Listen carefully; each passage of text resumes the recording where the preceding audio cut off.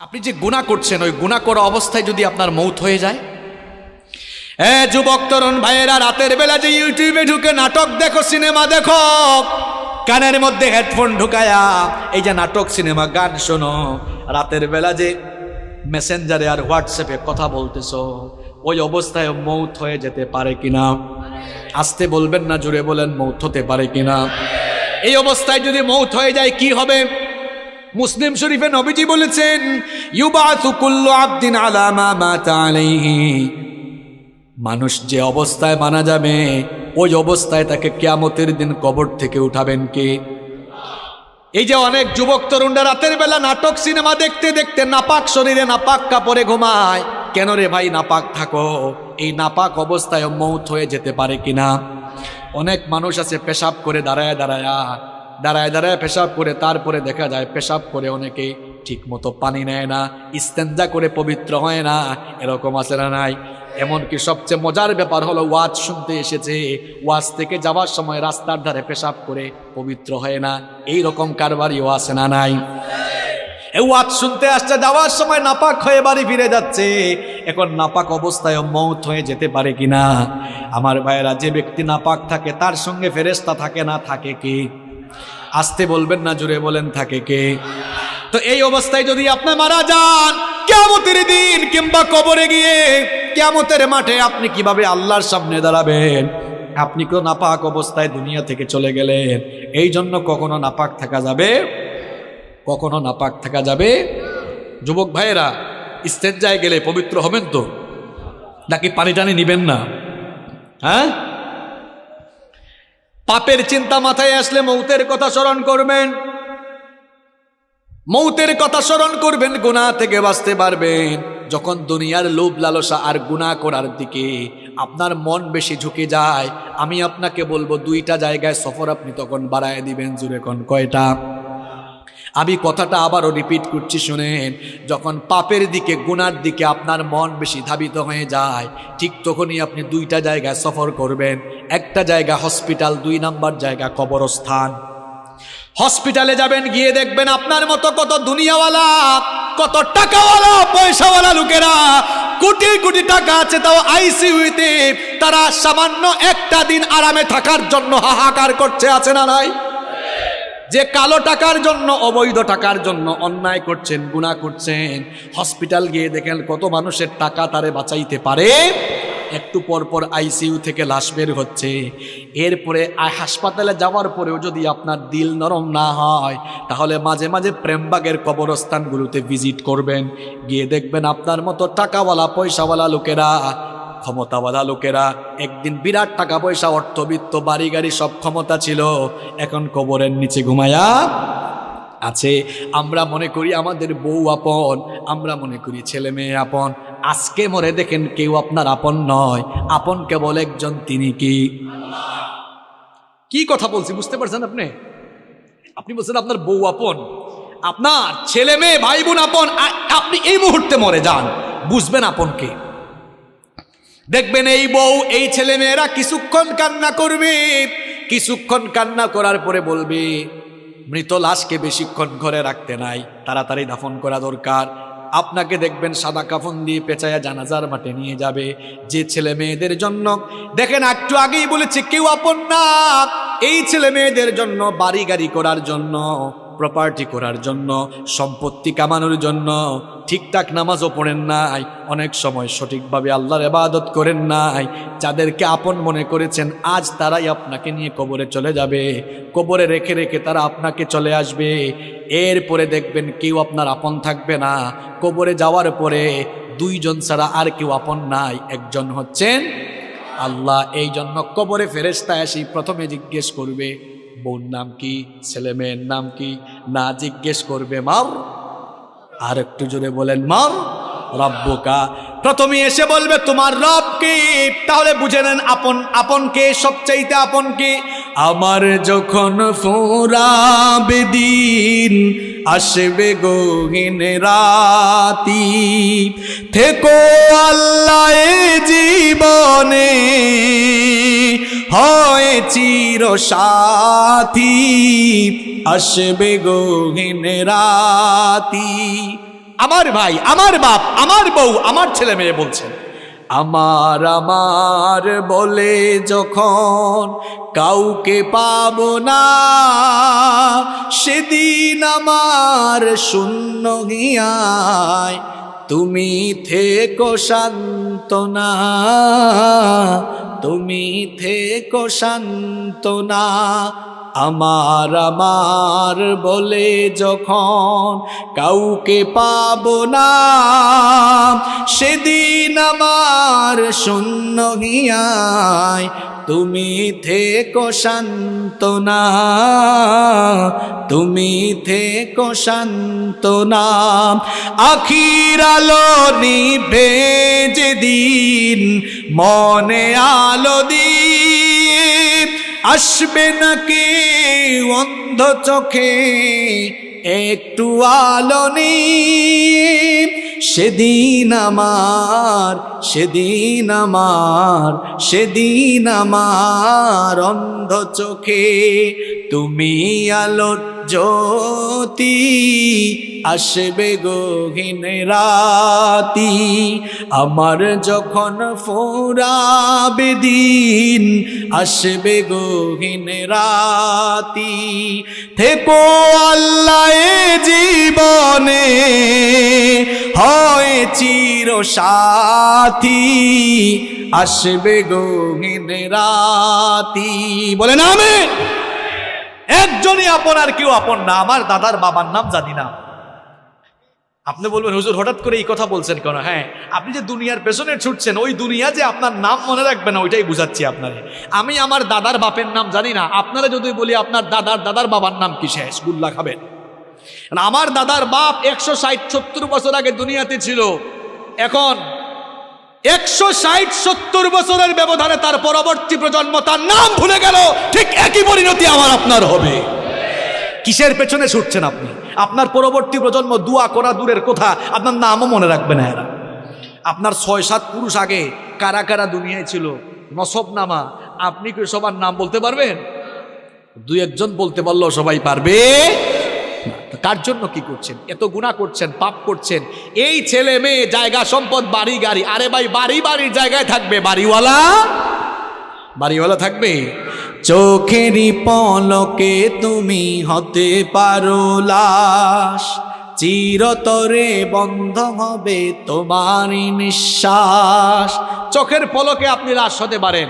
আশেপাশে বাজার আছে না? বাজারের নাম কি? ওই বসুন্ধিয়া বাজারে হয়তো আপনার কাফনের কাপড় বরাদ্দ হয়ে গেছে, চলে এসেছে, আপনি নিজেও জানেন না। আপনি ঘরে বসে এখন গোটা পৃথিবীর খবর নিতে পারবেন। ঘরে বসে গোটা পৃথিবীর খবর নিতে পারলেও কার জন্য কাফনের কাপড় রেডি, কেউ এই খবর জানে না। যুবকরা বলবে হুজুর আমরা জোয়ান, আমরা বাঁচবো আরো। আরে ভাই, তোমার মতো কত যুবক রাতের বেলা বাড়িতে ঘুমায়, সকালবেলা তার লাশ বের হয়। Keep in your mind, there is no serial of death. মৃত্যুর কোনো সিরিয়াল নাই। পৃথিবীতে আসার সিরিয়াল আছে, পৃথিবীতে আসার সিরিয়াল আছে, যাওয়ার কোনো সিরিয়াল নাই। দেখা যায় আসার সময় সবার আগে দাদা, তারপরে বাবা, এরপরে ছেলে, তারপর দাদার ঘরে নাতি। আসার সুন্দর সিরিয়াল আছে, যাওয়ার কোনো সিরিয়াল নাই। মাঝে মাঝে সিরিয়াল ব্রেক হয়ে দেখা যায় নাতির লাশ দাদা কবরে নামায়, অথবা ছেলের লাশ বাবা কবরে নামায়। যে কেউ যে কোনো সময় চলে যেতে পারে, কোনো ঠিক ঠিকানা নাই। কি কারণে আমাকে আপনাকে দুনিয়াতে পাঠানো হলো? কেন আমাদেরকে পয়দা করে দুনিয়াতে আল্লাহ পাঠালেন? কোরআনুল কারীমের 51 নম্বর সূরা, সূরাতুয যারিয়াতের 56 নম্বর আয়াতের মাধ্যমে রব্বুল আলামিন আমাদেরকে সেই কথা জানিয়ে দিলেন, ওয়ামা খালাকাতুল জিন্না ওয়াল ইনসা ইল্লা লিয়াবুদুন। I didn't create the jinn kind and mankind except my worship. আল্লাহ তাআলা বলছেন, আমি পৃথিবীতে জিন আর মানব জাতিকে আমার গোলামি ছাড়া, আমার দাসত্ব ছাড়া অন্য কিছুর জন্য সৃষ্টি করি নাই। আমাদেরকে যার গোলামির জন্য সৃষ্টি করা হয়েছে তিনি কে? অনেকে বলে না, কয় হুজুর এত টাকা পয়সার মালিক, গোলাম পরিচয় দেই কেমনে? আপনি শুধু গোলাম নন, গোলামের ঘরের গোলাম, বান্দির ঘরের গোলাম। আপনার বাপ দাদা পূর্বপুরুষ 14 গোষ্ঠী আল্লাহর গোলাম। আমরা গোলাম জাত, গুলামির জন্যই আমাদেরকে সৃষ্টি করা হয়েছে। আমরা ইবাদত করব কার? বিধিবিধান মেনে চলবো কার? আমরা যেন আল্লাহর ইবাদত না করি, আমরা যেন আল্লাহর বিধিবিধান মেনে না চলি, আল্লাহর গুলামির পথে সব সময় একজন আমাদেরকে প্ররোচনা দেয়, বাধা দেয়, আমাদেরকে ধোঁকা দেয়। সবাই জোরে বলেন তো, তার নাম কি? শয়তান। এই শয়তানের বয়স আমাদের চেয়ে কম না বেশি? এই বেটার বুদ্ধি আমাদের চেয়ে কম না বেশি? দেখছেন কারবার, হে বয়সেও পাকনা, বুদ্ধিতেও পাকনা। সে সব সময় ধোঁকা দিয়ে দিয়ে আমাদেরকে আল্লাহর দ্বীনের বিপরীত পথে পরিচালিত করে জাহান্নামের দিকে নিয়ে যেতে চায়। শয়তানের এই প্ররোচনাকে মোকাবেলা করে, শয়তানের ফাঁদে পা না দিয়ে, শয়তানের গুলামি না করে যেই সকল লোকেরা আল্লাহর গুলামির পথে জীবন পরিচালনা করবে, তারাই নিজেদেরকে পরিশুদ্ধ বানিয়ে জান্নাতের পথে হাঁটতে হাঁটতে জান্নাতে চলে যাবে। সুবহানাল্লাহ। আর যারা শয়তানের ফাঁদে পা দিয়ে, শয়তানের প্ররোচনায় পড়ে দুনিয়ার জীবনকে শয়তানের কথা মতো দুনিয়ার জীবন কাটায় দিবে, এই লোকগুলোর দুনিয়া আখিরাত ব্যর্থ হয়ে এরা জাহান্নামে চলে যাবে। এই জন্য রব্বুল আলামিন কোরআনুল কারীমের 91 নম্বর সূরা সূরাতুশ শামসের 9 নম্বর আয়াত থেকে বললেন, কদ আফলাহা মান যাক্কাহা ওয়া কদ খাবা মান দাসসাহা। কথাগুলো কার? আল্লাহ তাআলা বলছেন অবশ্যই সে সফল কাম হয়েছে যে শয়তানের প্ররোচনা থেকে মুক্ত হয়ে পাপ পঙ্কিলতা মুক্ত জীবন গঠন করে পরিশুদ্ধ হয়েছে, সে সফল হয়ে জান্নাতে যাবে। সুবহানাল্লাহ। সে ব্যক্তি ব্যর্থ হয়েছে যে তার জীবনকে গুনাহের সাগরে ডুবিয়ে দিয়েছে। এখন আমাদেরকে গুনাহের দিকে নিয়ে যেতে চায় যে, তার নাম কি? তার নাম কি? শয়তান। গুনাহ থেকে আপনারা বাঁচতে চান তো? গুনার দিকে নিয়ে যায় যে, তার নাম কি? শয়তানের ধোঁকা থেকে আমরা সবাই বাঁচতে চাই কি চাই না? যুবক, তরুণ, ছাত্র, আমার বাবার বয়সী সম্মানিত চাচারা, আমার মায়েরা, বোনেরা, আমরা সবাই তো গুনাহ থেকে বাঁচতে চাই। কারণ গুনাহ থেকে বেঁচে না থাকলে, শয়তানের ধোঁকা থেকে বেঁচে না থাকলে আমাদের দুনিয়া আখিরাত উভয়টাই নষ্ট হয়ে যাবে। এজন্য আমরা প্রত্যেকটি মানুষ গুনাহ থেকে, প্রত্যেকটি মুসলমানই নিজেকে বাঁচাতে চায়। এখন গুনাহ থেকে আপনি নিজেকে বাঁচাবেন কেমনে? গুনাহ থেকে, শয়তানের ধোঁকা থেকে নিজেকে আপনি হেফাজত করবেন কেমনে? আজ আমি আপনাদেরকে গুনাহ থেকে বাঁচা, শয়তানের ধোঁকা থেকে বাঁচার 12টি উপায় কোরআন আর সুন্নাহ থেকে তুলে ধরব। এত বাস্তবিক কথা আপনাদেরকে শোনায় যাব।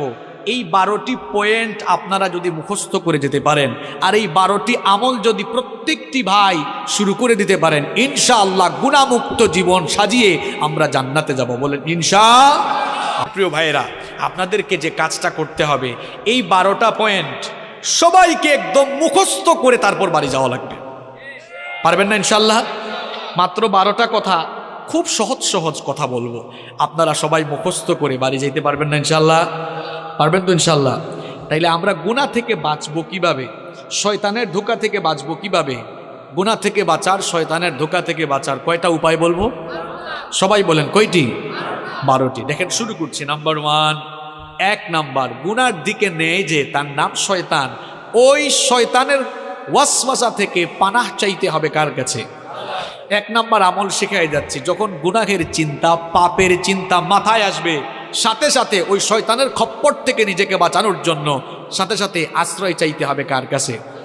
কারণ শয়তান হে এমন জিনিস, তারে মোকাবেলার জন্য পৃথিবীতে কোনো যন্ত্র আসে নাই, কিয়ামত পর্যন্ত আসবে না। আপনি গুলি, বোমা, রকেট কি দিয়া শয়তানের মোকাবেলা করবেন? কিচ্ছু দিয়ে পারবেন না। এমনকি আমেরিকার প্রেসিডেন্ট জো বাইডেন, রাশিয়ার প্রেসিডেন্ট পুতিন, তারাও শয়তানের মোকাবেলা করতে পারবে না। শয়তানের মোকাবেলায় তারাও দুর্বল, বরং উল্টা শয়তানেরও তাদেরকে দিয়ে শয়তানি করাইতে পারবে। দেখছেন শয়তানের পাওয়ার। আমেরিকার প্রেসিডেন্ট, রাশিয়ার প্রেসিডেন্ট, যে রাশিয়ার প্রেসিডেন্ট পুতিন পশ্চিমা বিশ্বকে বুড়ি আঙ্গুল দেখায়, যে ন্যাটোকে পর্যন্ত তুয়াক্কা করে না, সেও শয়তানের মোকাবেলায় সফল না ব্যর্থ। কারণ শয়তানকে আল্লাহ এমন পাওয়ার দিয়েছেন, আপনার শরীরের শিরায় শিরায় সে বিচরণ করার ক্ষমতা রাখে। এই শয়তান আপনাকে গুনাহের চিন্তা মাথায় এনে দিবে, পাপের চিন্তা মাথায় এনে দিবে। এজন্য শয়তানের ধোঁকা থেকে, গুনাহ থেকে বাঁচার জন্য প্রথম আমল করবেন, যখনই গুনাহের চিন্তা মাথায় আসবে, পাপের চিন্তা মাথায় চলে আসবে, আশ্রয় চাইবেন কার কাছে? এই আমলটা আমি আপনাদেরকে শিখাচ্ছি না, কোরআনুল কারীমের 7 নম্বর সূরা সূরাতুল আরাফের 200 নম্বর আয়াতে আল্লাহ তাআলা এই আমল আমাদেরকে শিখালেন। আল্লাহ তাআলা বললেন, ওয়া ইম্মা ইয়ানজাগান্নাকা মিনাশ শাইতানি নাযগুন ফাস্তাইদ বিল্লাহ ইন্নাহু সামিউন আলীম। আল্লাহ তাআলা বলছেন, আর শয়তানের প্ররোচনা যখন তোমাকে প্ররোচিত করবে, সাথে সাথে তুমি আল্লাহর কাছে আশ্রয় চাও। প্রশ্ন হলো, আল্লাহর কাছে আমরা আশ্রয় চাইবো কিভাবে? এবার বুখারী আর মুসলিম শরীফ থেকে হাদিস শুনিয়ে আপনাদেরকে বুঝাই দিচ্ছি কিভাবে আল্লাহর কাছ থেকে আশ্রয় চাওয়া লাগে। নবী করিম সাল্লাল্লাহু আলাইহি ওয়াসাল্লামের সামনে একবার দুই ব্যক্তি ঝগড়া করছিল।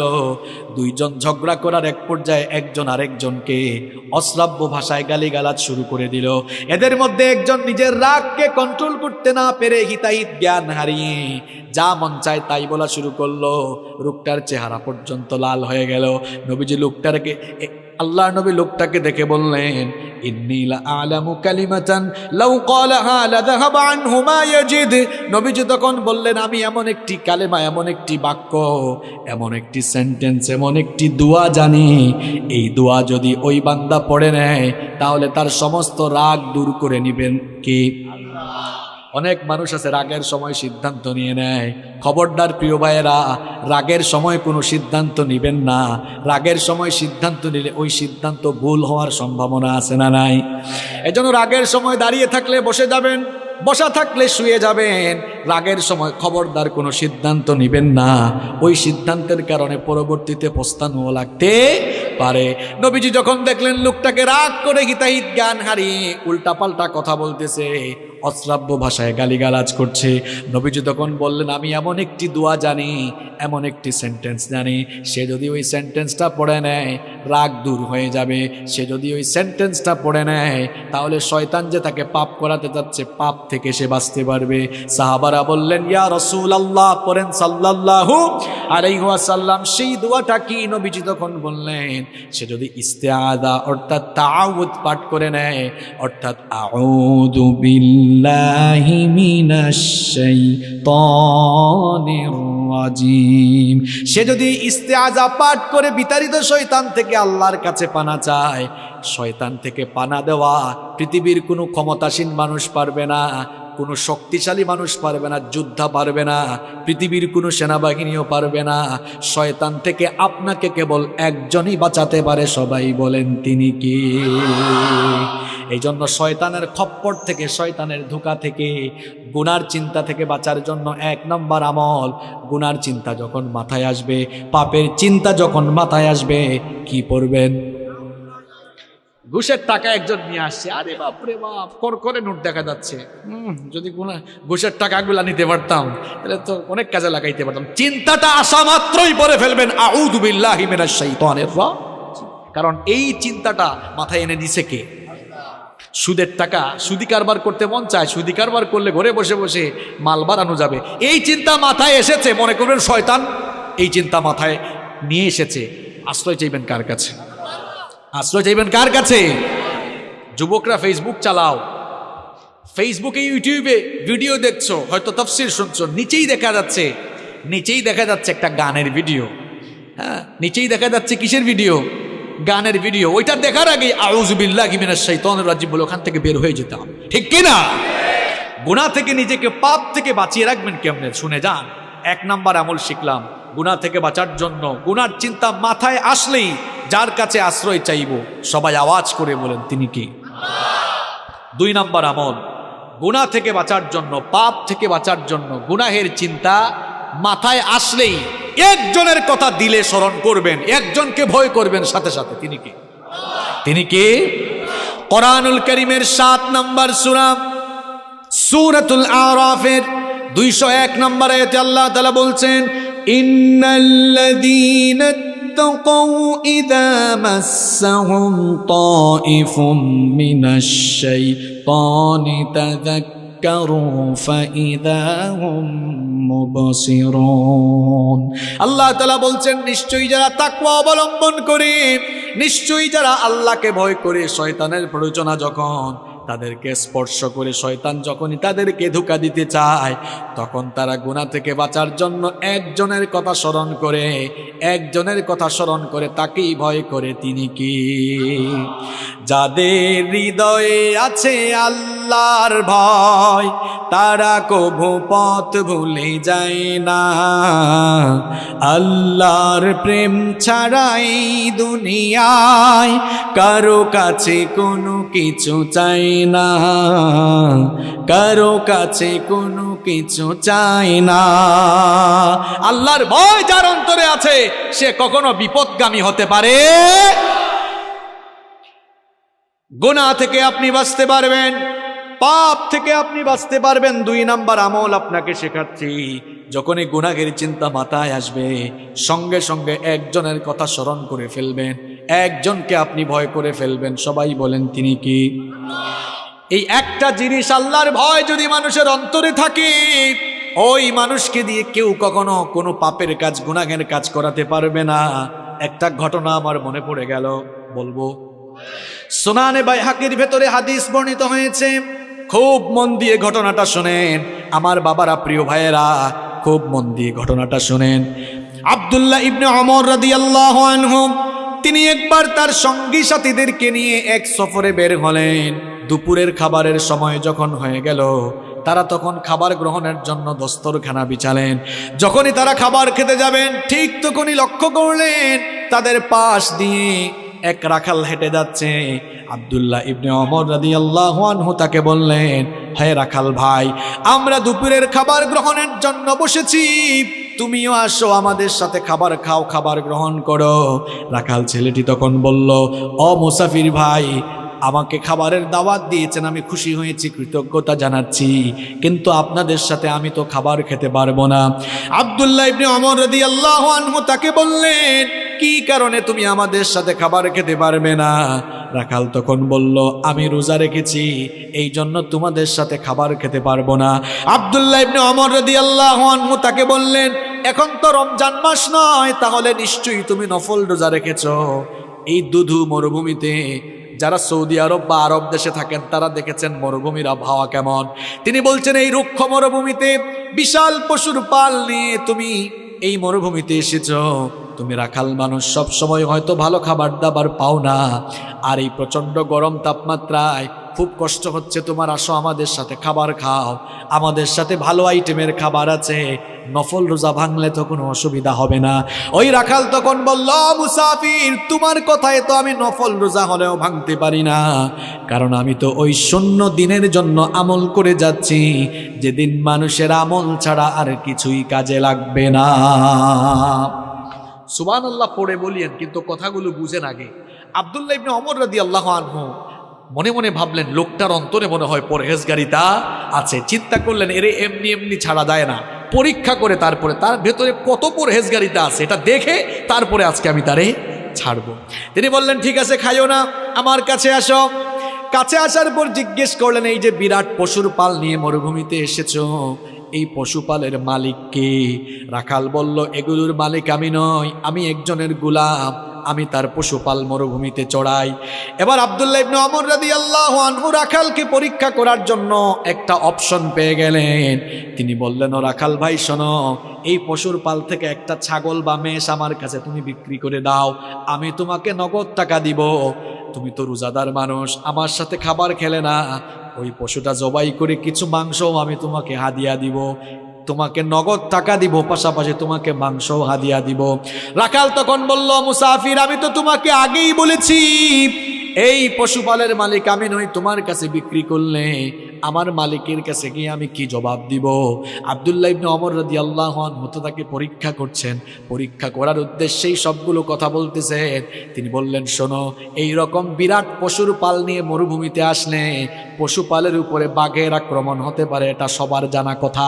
তুমি যদি তোমার মালিককে গিয়ে বলো বাঘের আক্রমণে একটা ছাগল বা একটা মেষ বাঘ খেয়ে ফেলেছে, তোমার মালিক কিছুই মনে করবে না।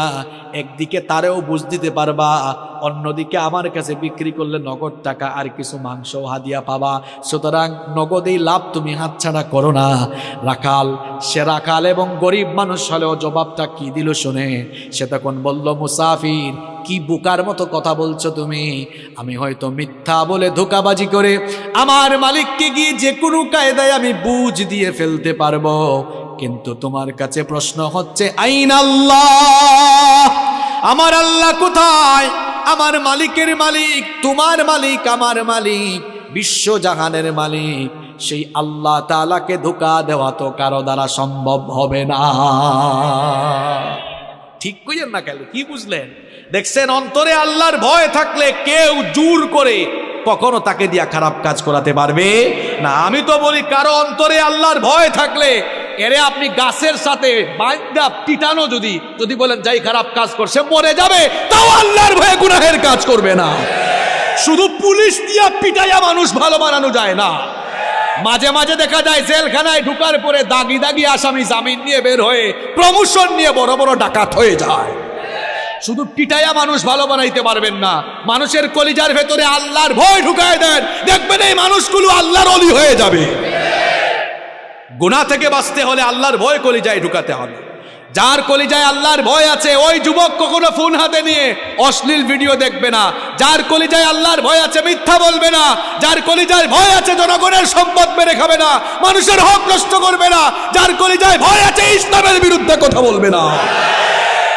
যার কলিজায় আল্লাহর ভয় নাই, সে যা মন চায় তাই করতে পারবে। এমনকি কেউ ব্যবসায়ী হলে আল্লাহর ভয় থাকলে কখনো মানুষের সঙ্গে ধোঁকা দিবে না। দেখেন আল্লাহর ভয়টা কি জিনিস, এই ঘটনাটা আপনারা সবাই জানেন, তাও আমি 30 সেকেন্ডে বলছি জাস্ট বুঝাবার জন্য।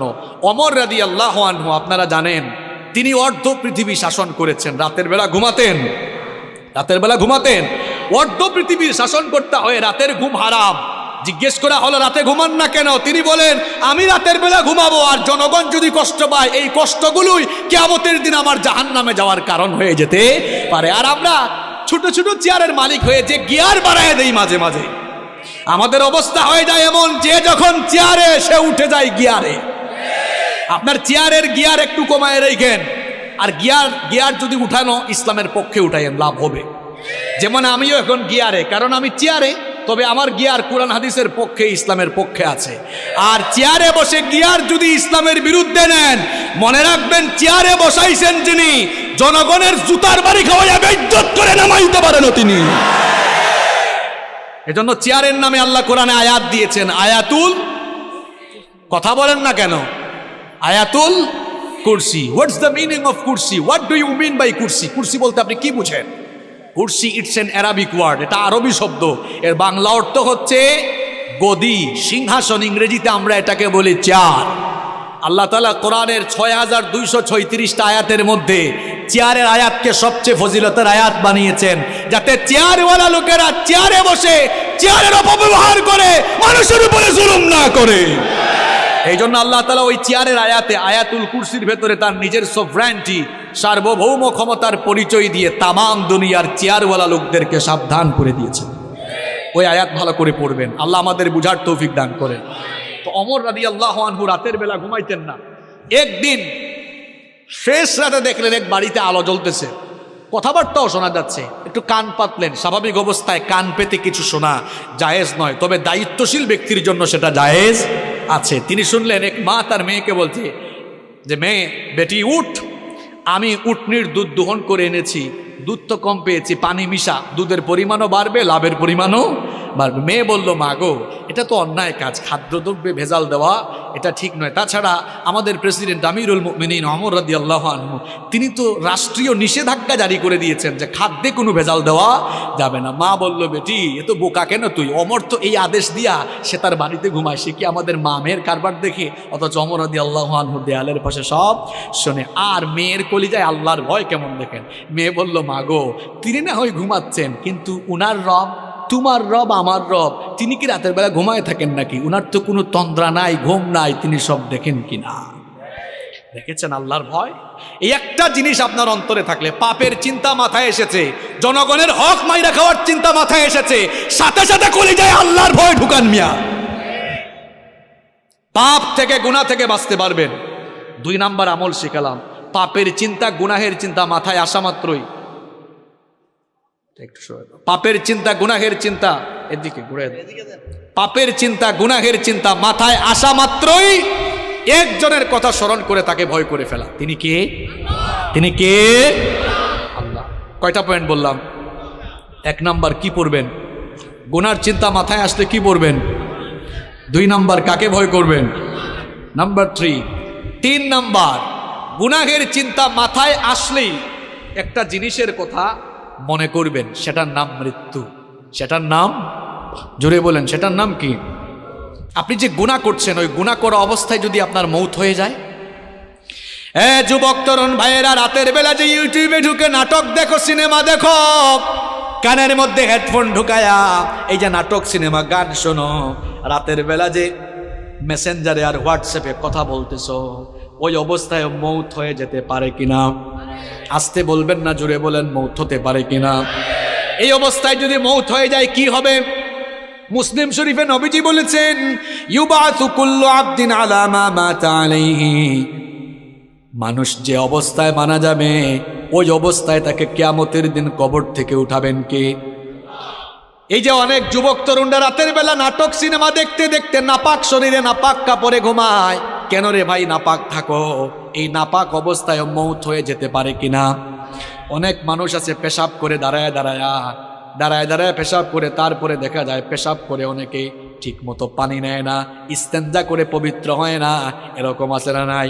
এমনকি সবচেয়ে মজার ব্যাপার হলো, ওয়াজ শুনতে এসেছে, ওয়াজ থেকে যাওয়ার সময় রাস্তার ধারে পেশাব করে পবিত্র হয় না। এই রকম কারবারিও আছে না নাই? ওয়াজ শুনতে আসছে, যাওয়ার সময় নাপাক হয়ে বাড়ি ফিরে যাচ্ছে। এখন নাপাক অবস্থায় মৌত হয়ে যেতে পারে কিনা? আমার ভাইয়েরা, যে ব্যক্তি নাপাক থাকে তার সঙ্গে ফেরেশতা থাকে না, থাকে কে? আসতে বলবেন না, জুড়ে বলেন, থাকে কে?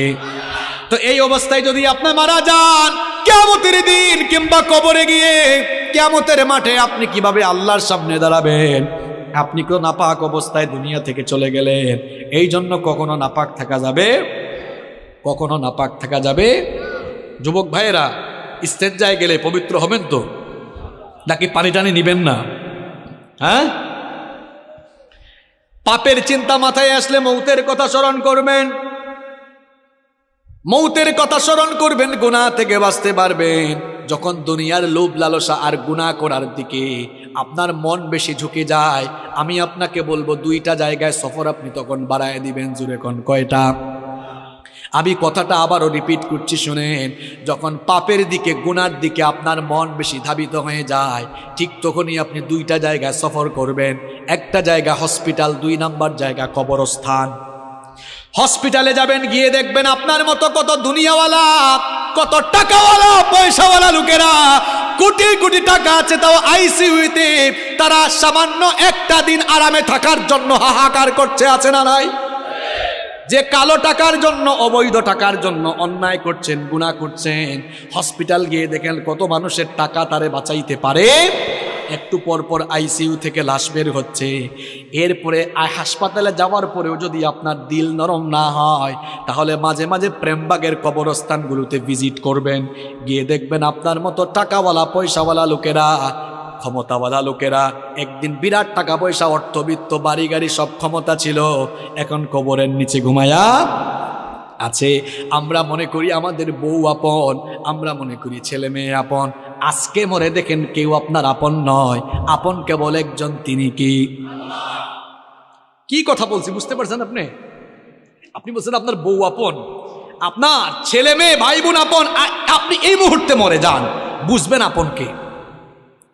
দেখবেন এই বউ, এই ছেলে মেয়েরা কিছুক্ষণ কান্না করবে, কিছুক্ষণ কান্না করার পরে বলবে, মৃত লাশকে বেশিক্ষণ ঘরে রাখতে নাই, তাড়াতাড়ি দাফন করা দরকার। আপনাকে দেখবেন সাদা কাফন দিয়ে পেঁচায়া জানাজার মাঠে নিয়ে যাবে। যে ছেলে মেয়েদের জন্য, দেখেন একটু আগেই বলেছে কেউ আপন না, এই ছেলে মেয়েদের জন্য, বাড়ি গাড়ি করার জন্য, প্রপার্টি করার জন্য, সম্পত্তি কামানোর জন্য ঠিকঠাক নামাজও পড়েন নাই, অনেক সময় সঠিকভাবে আল্লাহর ইবাদত করেন নাই। যাদেরকে আপন মনে করেছেন আজ তারাই আপনাকে নিয়ে কবরে চলে যাবে, কবরে রেখে রেখে তারা আপনাকে চলে আসবে। এরপরে দেখবেন কেউ আপনার আপন থাকবে না। কবরে যাওয়ার পরে দুইজন ছাড়া আর কেউ আপন নাই, একজন হচ্ছেন আল্লাহ। এই জন্য কবরে ফেরেশতা এসে প্রথমে জিজ্ঞেস করবে বোন নাম কি, ছেলে মেয়ের নাম কি, না জিজ্ঞেস করবে মাও। আর একটু জোরে বলেন মাও রব্বুকা। প্রথমে এসে বলবে তোমার রব কি। তাহলে বুঝে নেন আপন আপন কে, সবচাইতে আপন কে। আমার যখন ফুরাবে দিন, আসবে গহীন রাতি, থেকো আল্লাহ এ জীবনে, হয় চির সাথী, আসবে গহীন রাতি। আমার ভাই, আমার বাপ, আমার বউ, আমার ছেলে মেয়ে বলছেন আমার আমার বলে যখন কাউকে পাবো না, সেদিন আমার শূন্য হিয়ায় তুমি থেকো সান্ত্বনা, তুমি থেকো সান্ত্বনা। আমার আমার বলে যখন কাউকে পাবো না, সেদিন আমার শূন্য হিয়ায় তুমি থেকো সান্ত্বনা, তুমি থেকো সান্ত্বনা। আখির আলো নিভে যেদিন মনে আলো দিয়ে, আসবে নাকি অন্ধ চোখে একটু আলো নিয়ে, সেদিন আমার, সেদিন আমার, সেদিন আমার অন্ধ চোখে তুমি আলোর জ্যোতি, আসবে গহীন রাতি। আমার যখন ফুরাবে দিন, আসবে গহীন রাতি, থেকো আল্লাহ এ জীবনে, হয় চির সাথী, আসবে গহীন রাতি। বলেন আমিন। একজনই আপন, আর কেউ আপন না। আমার দাদার বাবার নাম জানি না। আপনি বলবেন হুজুর হঠাৎ করে এই কথা বলছেন কেন? হ্যাঁ, আপনি যে দুনিয়ার পেছনে ছুটছেন, ওই দুনিয়া যে আপনার নাম মনে রাখবে না, ওইটাই বুঝাচ্ছি আপনারে। আমি আমার দাদার বাপের নাম জানি না। আপনারা যদি বলি আপনার দাদার দাদার বাবার নাম কি, শেষ গুল্লা খাবেন। আমার দাদার বাপ 160-70 বছর আগে দুনিয়াতে ছিল। এখন 160-70 বছরের ব্যবধানে তার পরবর্তী প্রজন্ম তার নাম ভুলে গেল। ঠিক একই পরিণতি আমার আপনার হবে। কিসের পেছনে ছুটছেন আপনি? আপনার পরবর্তী প্রজন্ম দোয়া করা দূরের কথা, আপনার নামও মনে রাখবে না এরা। আপনার 6-7 পুরুষ আগে কারা কারা দুনিয়ায় ছিল, নসব নামা, আপনি কি সবার নাম বলতে পারবেন? 2-1 বলতে পারলেও সবাই পারবে। কার জন্য কি করছেন? এত গুনাহ করছেন, পাপ করছেন। এই ছেলে মেয়ে, জায়গা সম্পদ, বাড়ি গাড়ি, আরে ভাই বাড়ি বাড়ির জায়গায় থাকবে, বাড়িওয়ালা বাড়িওয়ালা থাকবে। চোখেরই পলকে তুমি হতে পারো লাশ, চিরতরে বন্ধ হবে তোমারই নিঃশ্বাস। চোখের পলকে আপনি লাশ হতে পারেন। আশেপাশে বাজার আছে না? বাজারের নাম কি? ওই বসুন্তিয়া বাজারে হয়তো আপনার কাফনের কাপড় বরাদ্দ হয়ে গেছে, চলে এসেছে, আপনি নিজেও জানেন না। আপনি ঘরে বসে এখন গোটা পৃথিবীর খবর নিতে পারবেন। ঘরে বসে গোটা পৃথিবীর খবর নিতে পারলেও কার জন্য কাফনের কাপড় রেডি, কেউ এই খবর জানে না। যুবকরা বলবে হুজুর আমরা জোয়ান, আমরা বাঁচবো আরো। আরে ভাই, তোমার মতো কত যুবক রাতের বেলা বাড়িতে ঘুমায়, সকালবেলা তার লাশ বের হয়। Keep in your mind, there is no serial of death. মৃত্যুর কোনো সিরিয়াল নাই। পৃথিবীতে আসার সিরিয়াল আছে, পৃথিবীতে আসার সিরিয়াল আছে, যাওয়ার কোনো সিরিয়াল নাই। দেখা যায় আসার সময় সবার আগে দাদা, তারপরে বাবা, এরপরে ছেলে, তারপর দাদার ঘরে নাতি। আসার সুন্দর সিরিয়াল আছে, যাওয়ার কোনো সিরিয়াল নাই। মাঝে মাঝে সিরিয়াল ব্রেক হয়ে দেখা যায় নাতির লাশ দাদা কবরে নামায়, অথবা ছেলের লাশ বাবা কবরে নামায়। যে কেউ যে কোনো সময় চলে যেতে পারে, কোনো ঠিক ঠিকানা নাই। এই বাড়ি বাড়ি জায়গা থাকবে বাড়িওয়ালা। আমি বলছিলাম পাপের চিন্তা মাথায় আসলেই কোন জিনিসটার কথা স্মরণ করা। আরেকটু জোরে বলেন। মৃত্যু আমাদের সামনে না পিছনে? না, এটা ভুল। মৃত্যু সামনে নয়, মৃত্যু পেছনে। কবর হলো সামনে, মৃত্যু পেছনে, কবর সামনে। আমার প্রিয় ভাইরা, যখনই কোনো গুনার চিন্তা মাথায় আসবে সাথে সাথে মৌতের কথা স্মরণ করবেন। আমি যদি গুনাহ করতে করতে মারা যাই, মরে যেতে পারি কিনা, মরে যেতে পারি কিনা, এই মৃত্যুর কথা স্মরণ করলে দেখবেন আপনি গুনাহের কাজ থেকে, পাপের কাজ থেকে নিজেকে আপনি হেফাজত করে রাখতে পারবেন ইনশাআল্লাহ। কষ্ট হচ্ছে না তো? আচ্ছা, গুনাহ থেকে বাঁচার কয়টা উপায় বলতেছি, আরো জোরে বলেন। ঘুম আসছে নাকি? একটা তাকবীর দেন তো, লিল্লাহি তাকবীর। দাঁড়ান দাঁড়ান, একটু বিয়ের আগে দেন যারা বিয়া করে ফেলছেন, এরপরে অবিবাহিতরা দিবেন। দেখি বিবাহিত এদের এনার্জি বেশি না অবিবাহিতদের এনার্জি বেশি? বিবাহিত ভাইরা প্রথমে রেডি, আপনারা মান সম্মান রাখেন কিন্তু। সবাই রেডি তো? লিল্লাহি তাকবীর। বাপরে বাপ, আরো করা যাবে নাকি?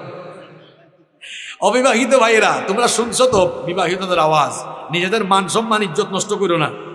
তোমাদের আওয়াজ যদি বিয়ের আগেই কম থাকে সবাই ট্রল করবে তোমাদেরকে নিয়ে। সবাই রেডি তো অবিবাহিত ভাইরা? আচ্ছা, ইলেকট্রিসিটি চলে আসছে আলহামদুলিল্লাহ। অবিবাহিত ভাইরা সবাই রেডি তো? লিল্লাহি তাকবীর। তোমাদের তো এনার্জি বেশি থাকবেই ভাই, তোমরা তো বিয়ে করো না। এবার বিবাহিত অবিবাহিত ছোট বড় আমার বয়স্ক বাবারা সবাই মিলে আরেকবার লিল্লাহি তাকবীর। ওদের জীবনে আসছিল সব চলে গেছে, তাই না? এবার শুনতেও মজা লাগবে, তবে আমি কষ্ট দিব না আপনাদেরকে, শর্টলি বলছি। সম্মানিত ভাইয়েরা, তাহলে গুনাহ থেকে বাঁচার আমল হচ্ছে মোট 12টা। কয়টা বলছি? 3টা। 1 নাম্বার আশ্রয় চাইবেন কার কাছে, 2 নাম্বার ভয় করবেন কারে, 3 নাম্বার কোন জিনিসের কথা স্মরণ করবেন, 4 নাম্বার গুনাহ থেকে বাঁচতে হলে নিজেকে নফসের গোলাম বানানো যাবে, নফসের গোলাম নিজেকে বানানো যাবে না। কারণ নফস মানুষকে পাপের দিকে ধাবিত করে। আর নফস হলো 3 প্রকার। নফস কয় প্রকার? জোরে বলেন, কয় প্রকার? আরো জোরে, কয় প্রকার? 1 নাম্বার নফসে আম্মারা, 2 নাম্বার নফসে লাওয়ামা, 3 নাম্বার নফসে মুতমাইন্না। আবারও বলি, মুখস্থ করে ফেলেন। 1 নাম্বার নফসে আম্মারা, 2 নাম্বার নফসে লাওয়ামা, 3 নাম্বার নফসে মুতমাইন্না। আমি বানায় বলছি, 3 প্রকার নফসের কথা কোরআনে আছে। কোথায় আছে দেখায় দিই। 1 নাম্বার নফসে আম্মারা, এটা কোন প্রকার নফস? যে নফস গুনাহের দিকে ধাবিত করে। এই ধরনের নফস থেকে আল্লাহ আমাদেরকে হেফাজত করেন। রব্বুল আলামিন কোরআনুল কারীমের 12 নম্বর সূরা, সূরা ইউসুফের 53 নম্বর আয়াতে বলছেন, ইন্নান নাফসা লাআম্মারাতুম বিসসুই ইল্লা মা রাহিমা রাব্বি ইন্না রাব্বি গফুরুর রহিম। আল্লাহ তাআলা বলছেন, নিশ্চয়ই নফস মানুষকে পাপের দিকে, গুনাহের দিকে ধাবিত করে। তবে সেই ব্যক্তি ছাড়া যার উপরে আল্লাহ দয়া করেন, নফসের গোলামি আপনাকে ছেড়ে দিতে হবে গুনাহ থেকে বাঁচার জন্য। যেমন ফজরের সময়, হোক সেটা শীতের দিন, হোক সেটা গরমের দিন, দেখবেন ফজরের টাইমে ওয়েদারটা একটু ঠান্ডা থাকে, আরামের থাকে। ওই সময় নফস চাইবে, মন চাইবে ঘুমান, আর আল্লাহ চাইবেন বান্দা উঠে নামাজ পড়। বলেন তো নফসের চাওয়াকে প্রাধান্য দিবেন নাকি আল্লাহর চাওয়াকে প্রাধান্য দিবেন? বললেন তো আল্লাহর চাওয়ারে প্রাধান্য দিবেন। হাতও তোলা লাগবে না, কিছু বলা লাগবে না, চুপচাপ থেকে নিজের বিবেককে প্রশ্ন করেন, আজকের ফজরের নামাজে নফসের গোলামি করেছেন না আল্লাহর গোলামি করেছেন? কিছু বলা লাগবে না। আমি তো বলছি চুপ থেকে বিবেককে প্রশ্ন করেন। নফসের গোলামি ছাড়তে হবে। গুনাহ থেকে, পাপ থেকে বাঁচতে হলে নফসের গোলামি ছাড়তে হবে। মন চাইবে সুদ খাবো, মনের চাওয়া প্রাধান্য দিব না। সুদ হারাম করেছে মোল্লা না আল্লাহ। আল্লাহর চাওয়া প্রাধান্য দিয়ে সুদ থেকে বিরত থাকবো। নফস চাইবে, মনটা চাইবে একটু ওই জায়গায় দুর্নীতি করি, এটা মনের চাওয়া। আল্লাহ চান বান্দা দুর্নীতি থেকে মুক্ত হয়ে তুই পবিত্র থাক। তাহলে মনের চাওয়া প্রাধান্য দিবেন না আল্লাহর চাওয়া প্রাধান্য দিবেন? হ্যাঁ যুবক তরুণ ছাত্ররা শোনো, মোবাইল ফোন হাতে নিলে মনটা চাইবে রাতের বেলা ইউটিউবে গিয়ে একটু নাটক দেখি, সিনেমা দেখি, অনেকে আবার পর্নোগ্রাফিতে আসক্ত, অনেকের মনটা চাইবে ফোনটা হাতে নিয়ে একটু ব্লু ফিল্ম দেখি। এটা হলো মনের চাওয়া। মনের চাওয়াকে প্রাধান্য দিব না, আল্লাহকে আমরা ভয় করব। তাহলে গুনাহ থেকে বাঁচার জন্য 4 নম্বর আমল শিখাচ্ছি, নফসের গোলামি থেকে বেঁচে থাকা লাগবে। 1 নম্বর নফস হচ্ছে নফসে আম্মারা, যেই নফস মানুষকে গুনার দিকে ধাবিত করে। আল্লাহ এই নফস থেকে আমাদের সবাইকে বাঁচান। আরো আসতে বলেন আমিন। 2 নম্বর নফসের নাম নফসে লাওয়ামা, যেই নফস অপরাধ করে ফেলার পরে লজ্জিত হয়ে যায়, সেই নফসের নাম হচ্ছে নফসে লাওয়ামা। কোরআনে কারীমের 75 নম্বর সূরা কিয়ামার শুরুতে আল্লাহ বলেছেন, লা উকসিমু বিয়াউমিল কিয়ামাতি ওয়ালা উকসিমু বিন নাফসিল লাওয়ামা। কথাটা কার? আল্লাহ বলছেন আমি শপথ করছি কিয়ামতের দিনে, আমি শপথ করছি সেই নফসের, যেই নফস নিজেকে ধিক্কার দেয়, গুনাহ করার পর লজ্জিত হয়। আল্লাহ এমন নফস আমাদের সবাইকে দান করো, জুড়ে বলেন আমিন। 3 নম্বর নফসের নাম নফসে মুতমাইন্না। নফসে মুতমাইন্না হচ্ছে এমন নফস, যেই নফস সব সময় আল্লাহর আনুগত্যের পথে পরিচালিত হয়, যেই নফস সব সময় আল্লাহর গোলামি করে সন্তুষ্ট থাকে।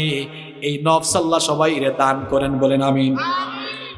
এই রকম নফস যাদের, এই রকম নফস আছে যাদের, সফল কাম হয়ে যাবে তারা। এরা মারা যাওয়ার পর এদের রূহ যখন জিবরিল আমিন কবজ করবেন, তখন এই সকল লোকদেরকে বলা হবে, ইয়া আইয়াতুহান নাফসুল মুতমাইন্নাতু রুজিই ইলা রাব্বিকি রাদিয়াতাম মারদিয়া ফাদখুলি ফি ইবাদি ওয়াদখুলি জান্নাতি। বলা হবে, হে প্রশান্ত আত্মা, তোমার রবের সন্তুষ্টির দিকে বের হয়ে আসো, আল্লাহর নেককার বান্দাদের শামিল হয়ে আল্লাহর জান্নাতে তুমি দাখিল হয়ে যাও। তাহলে গুনাহ থেকে বাঁচার জন্য নফসের গোলামি করা যাবে না, নফসের চাওয়াকে প্রাধান্য দেওয়া যাবে না। যার গোলামি এবং যার চাওয়া প্রাধান্য দিতে হবে তিনি কি? যদি এমন নফস, যদি আপনি নিজেকে আল্লাহর গোলামির পথে পরিচালনা করতে পারেন, নফসের গোলাম না হয়ে যদি আল্লাহর গোলাম হতে পারেন, দেখেন আল্লাহ আপনাকে সুসংবাদ দিয়ে কি বলছেন, ওয়া আম্মা মান খাফা মাকামা রাব্বিহি ওয়া নাহান নাফসা আনিল হাওয়া ফাইন্নাল জান্নাতা হিয়াল আল্লাহ তাআলা বলছেন, আর যারা আল্লাহর সামনে হাজির হওয়াকে ভয় করে নিজেদের নফসকে কুপ্রবৃত্তি থেকে যারা বিরত রাখে, এই রকম নিজেদেরকে নফসের গোলামি থেকে বাঁচিয়ে রাখবে যারা, আল্লাহর জান্নাতের অধিবাসী হয়ে যাবে তারা। আর আসতে বলেন সুবহানাল্লাহ। তাহলে গুনাহ থেকে বাঁচার জন্য 4 নম্বর আমল, নফসের গোলাম হবেন না, আল্লাহর গোলাম হবেন। মন যা চাইবে তা করা যাবে, মনের চাওয়া প্রাধান্য দিব না, যার চাওয়া প্রাধান্য দিব, যার হুকুম মতো জীবন চালাবো তিনি কে? 5 নাম্বার, গুনাহ থেকে বাঁচতে হলে একা থাকবেন না, একা একা থাকবেন না, নিঃসঙ্গ থাকবেন না। ওই যে প্রবাদ আছে না, অলস মস্তিষ্ক শয়তানের কারখানা। যুবকরা কখনো একা থাকবা না ভাই, রুমের ভিতর একা থাকলেই শয়তান ধরবে। আমি প্রথমে আমার বাবাদেরকে শ্রদ্ধার সাথে কিছু কথা বলি, মহিলা প্যান্ডেল থেকে আমার মায়েরা শুনছেন, ভাই শুনেন, কথাগুলো শুনেন, আপনার ছেলে মেয়ের জন্য কাজে লাগবে। যাদের ছেলে মেয়ে আছে, কখনো আপনার ছেলেকে বা আপনার মেয়েকে বিয়ের আগে একা রুমে ঘুমাইতে দিবেন না। বলবেন হুজুর এদেরকে আমরা কুলে নিয়ে ঘুমাবো, মানে কি? না, প্রাপ্তবয়স্ক হওয়ার পরে যদি আপনার একাধিক ছেলে মেয়ে থাকে, এক রুমে 2 ছেলের 2টা সিঙ্গেল বেড দেন।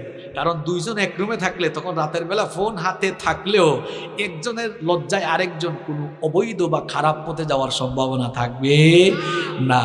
মেয়েদেরকেও ঠিক, 2-3টা মেয়ে থাকলে এক রুমে 2টা দেন, সিঙ্গেল সিঙ্গেল করে।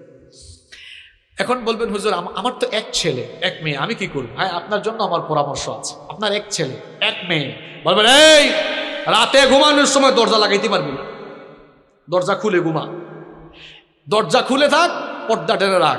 দরজা খোলা থাকলে সেও ফোন হাতে নিয়ে আবুল তাবুল কাজ করতে চাইবে না। এই কোন সময় যদি আব্বু সাউন্ড শুনে চলে আসে, ভয় আছে না নাই?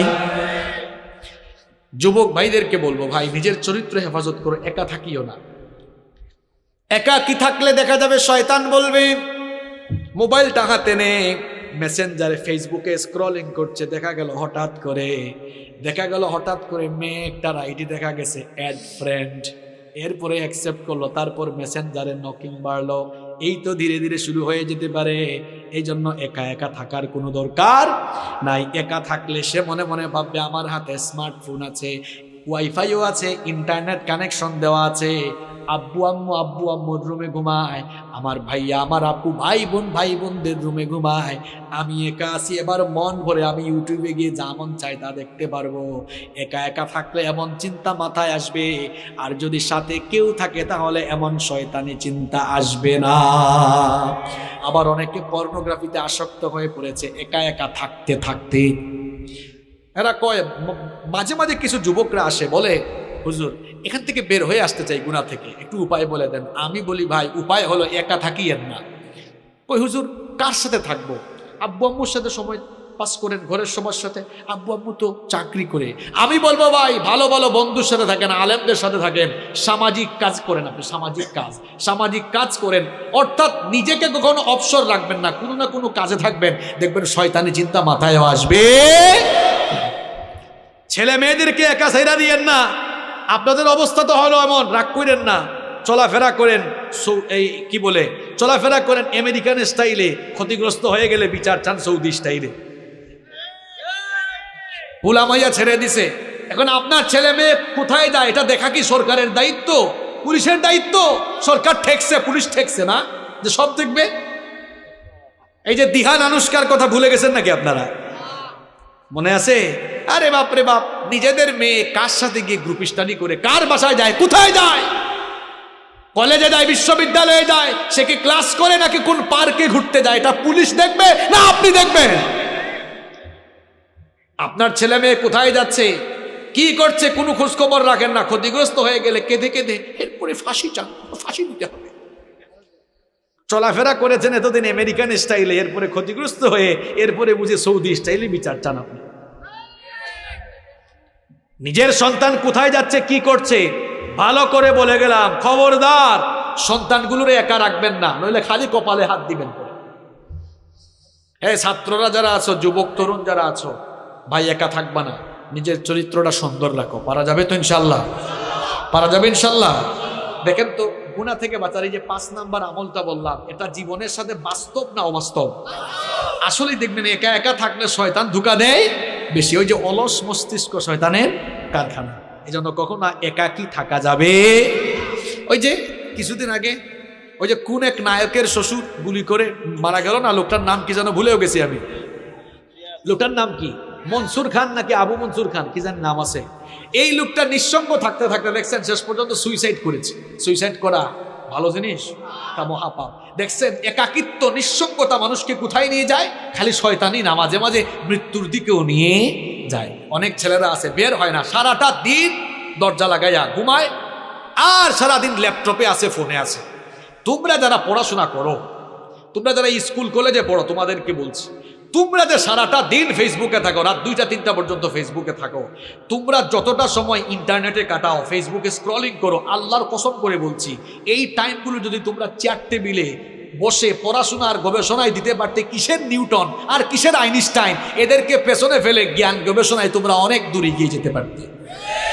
আরে বাপরে, ঠিকও কয়, আবার ইন্টারনেটও ঠিক মতো চালাও, কিন্তু একটা লিমিট তো থাকা দরকার। দেখছেন হে যুবক, তার চেহারা দেখছেন, গালটাল ভাঙ্গা এমনি।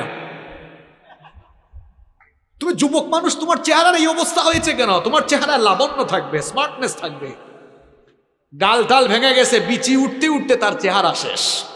কারণ ও তো রাত 3টা-4টা পর্যন্ত ঘুমায় না, ও ফোন হাতে নিয়ে খালি স্ক্রলিং করে, ঝিমাইতে মাঝে মাঝে ফোনও তার নাকে মুখে পড়ে, তাও সে চালাইতে আছে না নাই? লিমিটে ফিরে আসো ভাই, এখন পড়াশোনার সময়, ক্যারিয়ারটাকে তৈরি করো, ক্যারিয়ারটা সাজাও, পড়াশোনায় মন দাও, দেখবা জীবনে সাকসেসফুল হয়ে যাবে ইনশাআল্লাহ। কষ্ট হচ্ছে না তো আপনাদের? প্রিয় ভাইয়েরা, আর কয়েকটা মিনিট থাকা যাবে না ইনশাল্লাহ?